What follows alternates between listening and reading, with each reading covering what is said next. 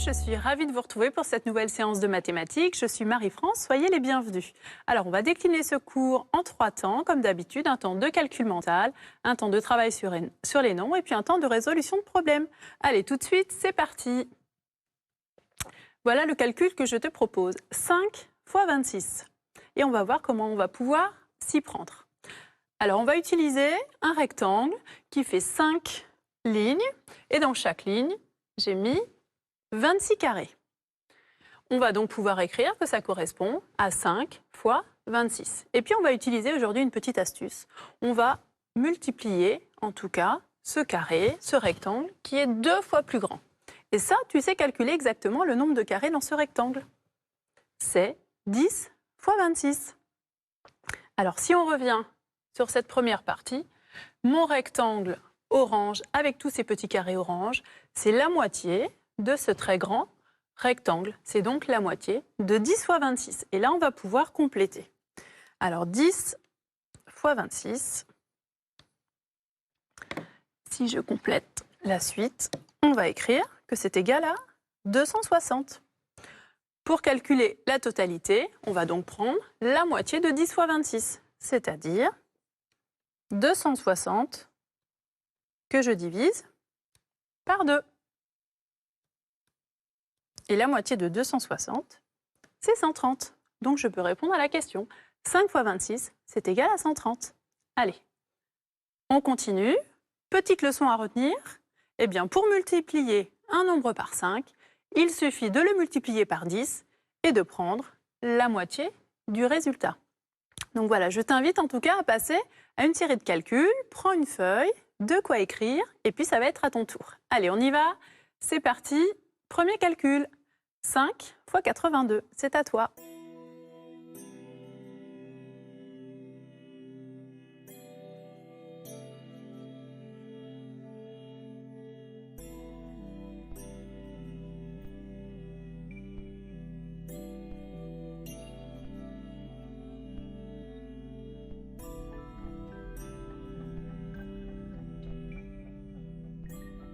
Allez, on vérifie. Alors, le 82, dans un premier temps, on va le multiplier par 10. 82 fois 10. Les dizaines deviennent des centaines. L'unité, une dizaine. Et 0 unité. On trouve 820. Dans un deuxième temps, je vais diviser 820 par 2 pour trouver la moitié de ce résultat. Et je trouve que la moitié, ça fait 410. On vérifie. Bravo, tu as sans doute trouvé la bonne réponse. Allez, deuxième calcul. 5 que je multiplie par 2,8. C'est à toi.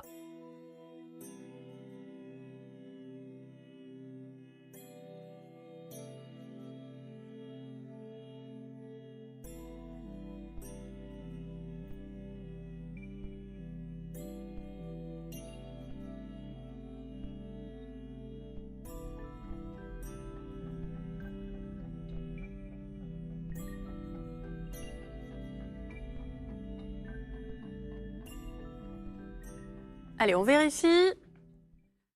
2,8 que je vais venir dans un premier temps multiplier par 10. Les deux unités qui deviennent des dizaines, mes dixièmes des unités. Je trouve que ça fait 28. Je prends la moitié de ce résultat, 28 divisé par 2, et je trouve 14. On vérifie, c'est bien ça. Allez, on continue, nouveau calcul. 5 multiplié par 12,6, c'est à toi.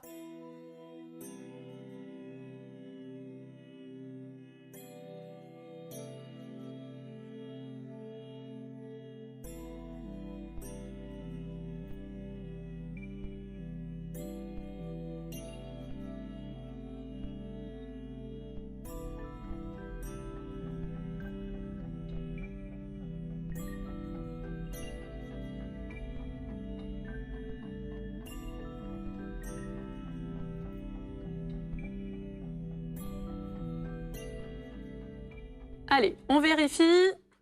12,6, je viens le multiplier par 10. Et tu as sans doute trouvé 126. Alors, on prend la moitié de 126 et on trouve 63. On vérifie. Bravo. Allez, on continue. 5 que tu multiplies par 2,42. C'est à toi.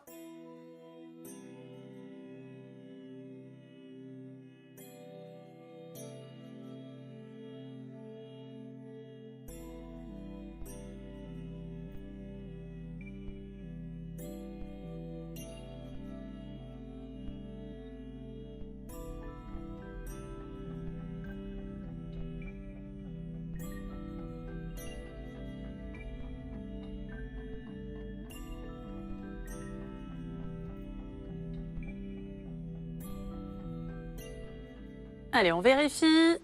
Le 2,42, il fallait le multiplier par 10. Et on trouvait 24,2. Alors, on vient prendre la moitié, on vient calculer la moitié de ce résultat. Et on trouvait 12. On avait 2 dixièmes. Et la moitié, c'était 1 dixième. On vérifie. Allez, on continue. 5 multiplié par 21,4. C'est à toi.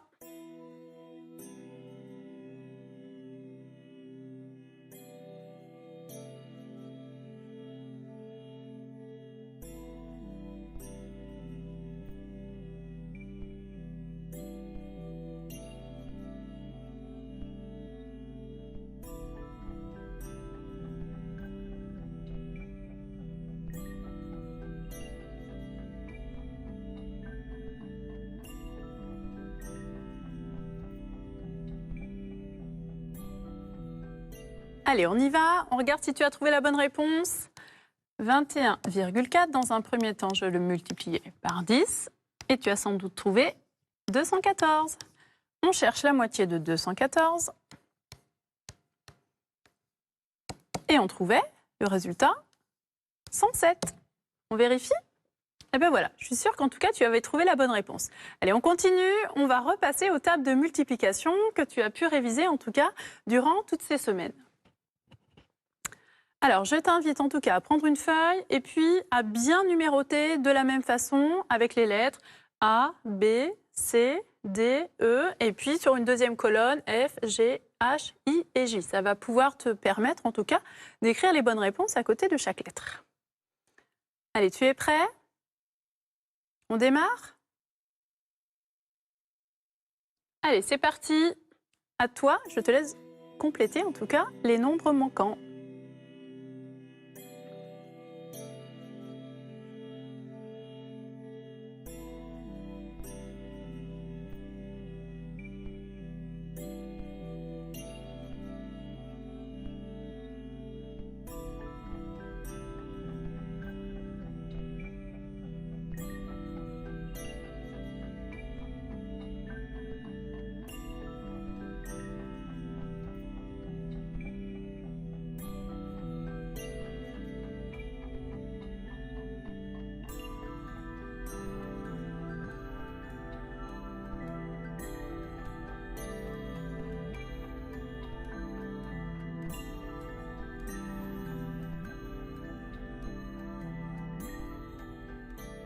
Allez, on y va, on vérifie. Allez, le premier, 6 x 8, 48, il fallait noter. 3, c'est 3 x 9 qui fait 27. 9 x 4, 36. 7 x 9, 63. Il fallait compléter par 5 pour avoir 5 x 10, 50. 7 x 7, 49. 6 x 6, eh bien c'était 30. 5 x 6, pardon, c'était 30. 8, eh bien, x 2, il fallait compléter pour trouver 16. 9 x 9, 81. Et le dernier, on avait ce 8 x 4, 32. Voilà, bah écoute, je pense qu'en tout cas, tu as dû trouver la plupart des réponses. Et puis si ce n'est pas le cas, en tout cas, tu vas continuer à pouvoir revoir ces tables de multiplication. Allez, on va continuer, on va passer à la partie nombre. Et je t'invite à revenir, en tout cas, sur un travail autour des fractions. Alors, petit retour, en tout cas, petit résumé de ce qu'on a vu jusqu'à présent. Une unité, on peut la couper en 10 parts égales et chaque nouvelle part va être 1 dixième de l'unité. On pouvait également partager l'unité en 100 parts égales et donc chaque petite partie devient 1 centième de l'unité. Et puis la dernière fois, nous avons abordé de nouvelles partie, nous avions découpé cette unité en 1000 parts égales. Et puis en grossissant un petit peu, puisque ces unités sont très petites, nous avons une toute petite unité qui devient 1/1000 de l'unité. Allez, on va continuer. Voilà ce que je te propose. Les fractions décimales, nous allons chercher en tout cas où se place 35 centièmes sur cette bande, sur cette droite graduée. Allez, je te laisse réfléchir. Est-ce que c'est A, B, C ou D? C'est à toi.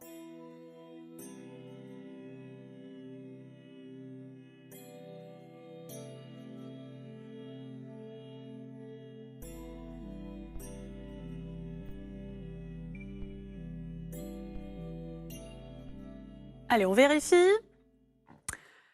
35 centièmes. Si je regarde un petit peu l'affichage, 35 centièmes, je peux aussi le décomposer et puis écrire que c'est la même chose que 30 centièmes plus 5 centièmes. Et 30 centièmes, je sais que 10 centièmes, c'est 1/10. Donc 30 centièmes, ça va être 3 fois plus grand. Et donc, ça va être égal à 3/10 plus les 5 centièmes.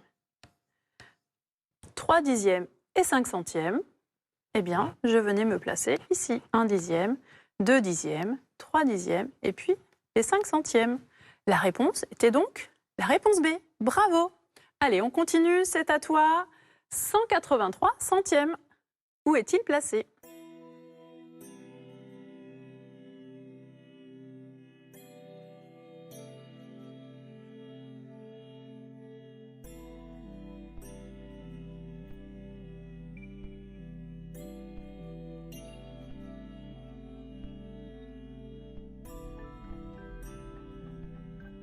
Allez, on vérifie.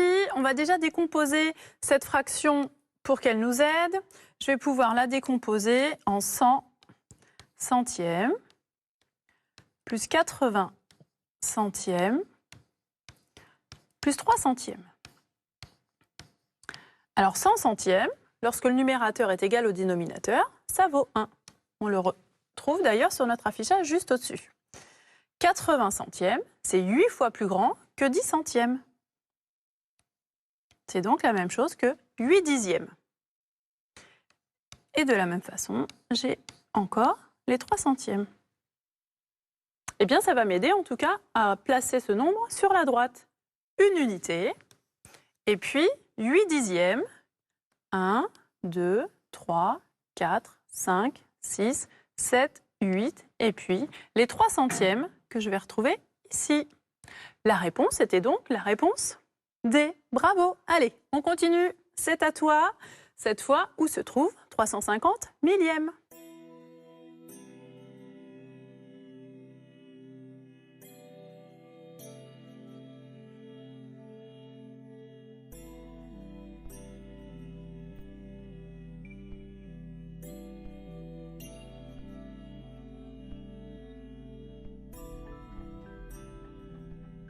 Allez, on vérifie, on réfléchit, on le décompose. 350, on va le décomposer en 300 millièmes, plus les 50 millièmes. Alors, ces 300 millièmes, c'est 3 fois plus que 100 millièmes. Ici, on va être donc sur la même chose que 3/10. Et 50 millièmes, de la même façon, c'est 5 fois plus grand. C'est donc 5 centièmes. 3/10 plus 5 centièmes. 3/10 plus 5 centièmes. La réponse était donc la réponse B. Allez, un dernier, on continue. À toi de placer 1750 millièmes. C'est à toi.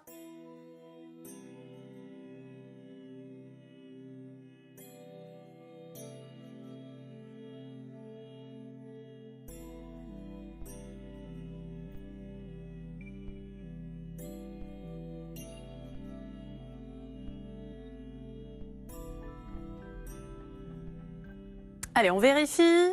On la décompose, cette fraction, 1750. On va pouvoir écrire que c'est la même chose que 1000 millièmes plus 700 millièmes plus 50 millièmes. 1000 millièmes, le numérateur et le dénominateur sont égales. C'est la même chose que 1, ça équivaut. 700 millièmes, c'est 7 fois plus, c'est donc 7 dixièmes. De la même façon, les 50 millièmes, c'est 50 fois plus que 10 millièmes, ça va donc être 5 centièmes. Alors, je vérifie sur la droite graduée, une unité, je vais partir d'ici, plus les 7 dixièmes, 1, 2, 3, 4, 5, 6, 7, et il reste les 5 millièmes à ajouter, que voici. 5 centièmes, pardon. On vérifie, c'était bien, la réponse c'est. Allez, on continue. On revient sur des fractions plus simples. 11 tiers encadre 11 tiers par 2 nombres entiers consécutifs. Alors, on va se servir de toutes les connaissances qu'on a vues et que tu as. On va utiliser cette droite graduée. Et il est question de tiers. On va donc devoir partager chaque unité en 3 parts égales. Alors, c'est ce que j'ai fait, c'est ce que je te propose. Maintenant, où est-ce que je vais venir placer ce 11 tiers? Eh bien, on va se servir des connaissances sur les tables de multiplication et on va venir placer dans un premier temps ce 9 tiers. 3 fois 3, 9. De la même façon, 3 fois 4, tu vas retrouver 12. Et je viens intercaler mes fractions entre ces deux entiers. Alors, le 11 tiers, il est situé ici. Et je constate qu'il est entre 3 et 4. Je peux donc écrire que 11 tiers est encadré et compris est plus grand que 3 et plus petit que 4. De la même façon, je vais pouvoir écrire que 11 tiers, c'est également 3 auquel j'ai ajouté un tiers et encore un tiers, c'est-à-dire 2 tiers. Nous avons réussi à encadrer cette fraction entre deux entiers consécutifs et finalement à la décomposer aussi. Allez, on continue, c'est à toi. Nouvelle fraction, encadre 26 cinquièmes par deux entiers consécutifs. Je te laisse réfléchir.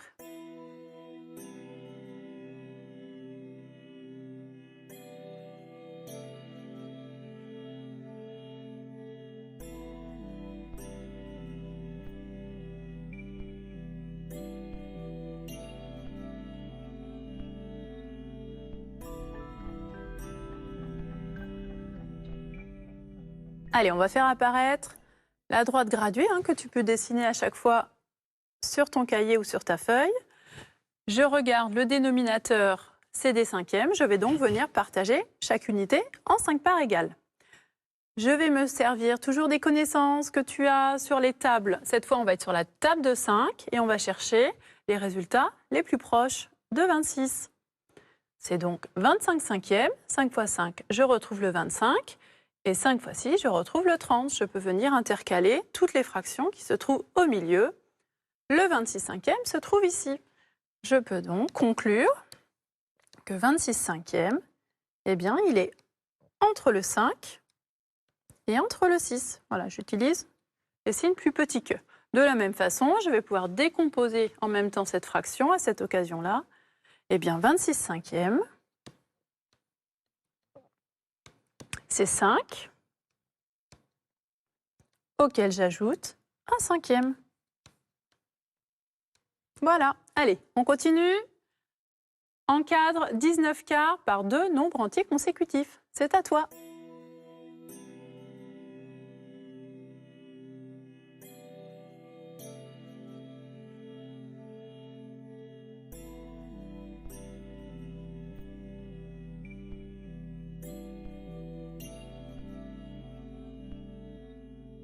Allez, on va reprendre la droite graduée qu'on fait apparaître avec chaque unité qui a été partagée, cette fois en 4 parts égales. Alors, 19 cinquièmes, 19 quarts, pardon.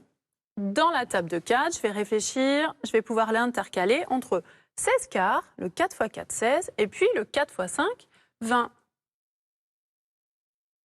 16 quarts, 17 quarts, 18 quarts et le 19 quarts qui se trouve ici. Ça répond à ma question de départ. Le 19 quarts est compris entre le 4 et le 5. Et si je décompose ma fraction, 19 quarts, je peux aussi écrire que c'est 4. Et cette fois, j'ai 1, 2 et 3 quarts. Voilà. Allez, pour terminer, une petite situation. Cette fois, tu le feras à la maison en continuant de la même façon. Encadre 27 quarts par deux nombres entiers consécutifs. Allez, tout de suite, on passe à la résolution de problème. On revient sur le problème qui avait été donné. Il y a 8 volants de badminton dans une boîte. Un commerçant a commandé 256 boîtes. Combien de volants a-t-il commandé? Alors, tu as sans doute tracé le rectangle à la maison. Voilà ce que tu pouvais en tout cas tracer. Dans chaque boîte, il y a 8 volants. Donc, c'est indiqué à cet endroit-là. La difficulté, et nous avons 256 boîtes. Alors, bien sûr, on ne pouvait pas tracer 256 cases. Donc, l'idée était de tracer un certain nombre de cases et puis d'indiquer que le nombre de cases total était en tout cas 256. On cherchait le nombre total de volants. On allait donc vers une multiplication, 8 fois 256. Et ça, tu sais le faire en calcul mental. On pouvait décomposer le 256 en 200, plus 50, plus 6. Et on distribuait le 8. 8 multiplié par 200, 8 multiplié par 50, 8 multiplié par 6. Alors, 8 fois 200, on trouvait 1600. 8 fois 50, 400. Et puis, 8 fois 6, 48, que tu connais. En additionnant le tout, on trouvait 2048. Eh bien sûr, on n'oubliait pas la phrase réponse. Il a commandé 2048 volants. Allez, on passe au petit quiz du jour. Alors, tu vas voir, aujourd'hui, c'est un petit peu différent, la résolution de problèmes, mais tu vas voir, tu vas très bien t'en sortir, j'en suis sûre. J'achète un poulet rôti de 1,872 kg à 10,89 € le kilo. Combien vais-je payer? Alors, petite indication, on ne va pas calculer le prix exact, mais on va essayer de s'approcher au plus près du résultat.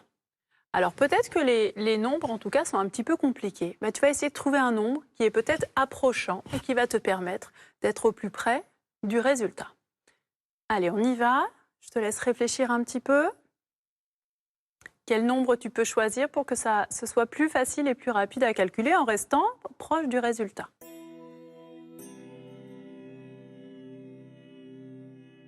Alors, je te fais des propositions de réponse. Est-ce que la réponse que tu as trouvée est plus proche de 10, de 20, de 30 ou de 40 €? Je te laisse réfléchir.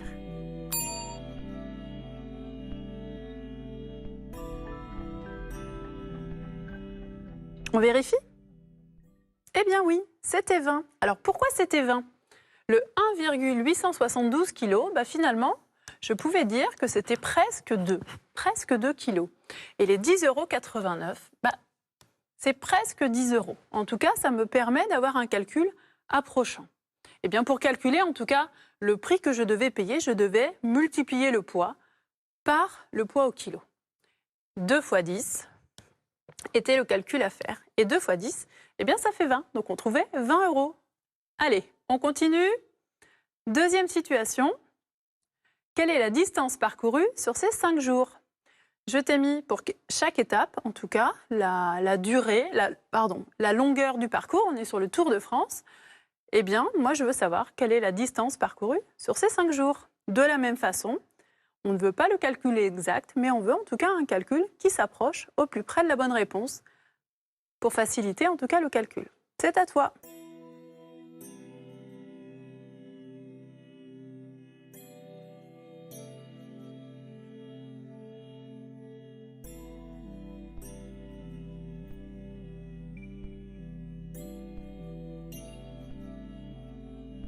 Allez, je te fais des propositions de réponse.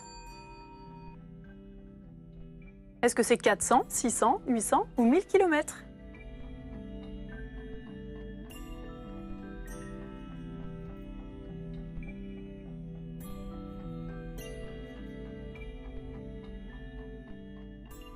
Allez, on vérifie. Eh bien oui, c'était 800 km. Tu as sans doute trouvé.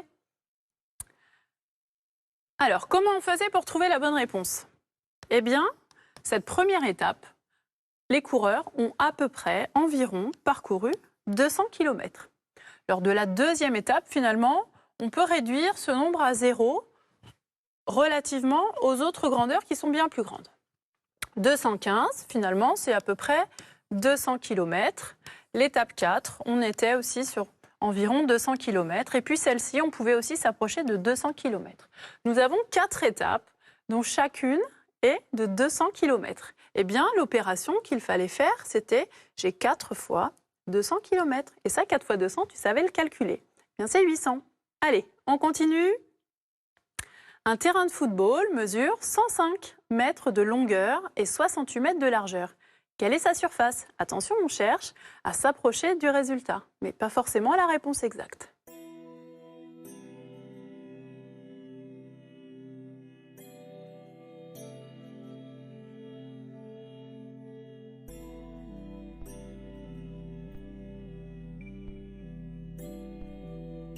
Allez, je te fais des propositions de réponse déjà. Voici. Est-ce que c'est 200 mètres carrés, 1000 mètres carrés, 7000 mètres carrés ou 1 km carré?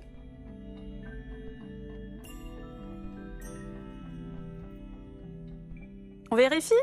Eh bien oui, c'était 7000 mètres carrés. Alors, pourquoi?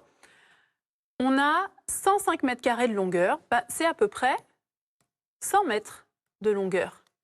Et puis, le 68 mètres de largeur, on peut dire que le terrain fait à peu près 70 mètres de largeur.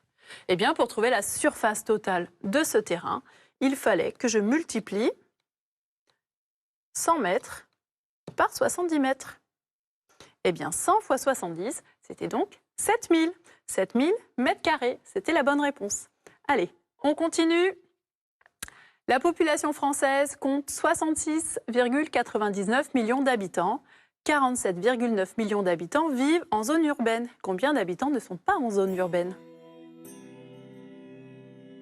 Allez, je te fais quand même quelques propositions de réponse. Est-ce que c'est 20, 30, 100 ou 120 millions?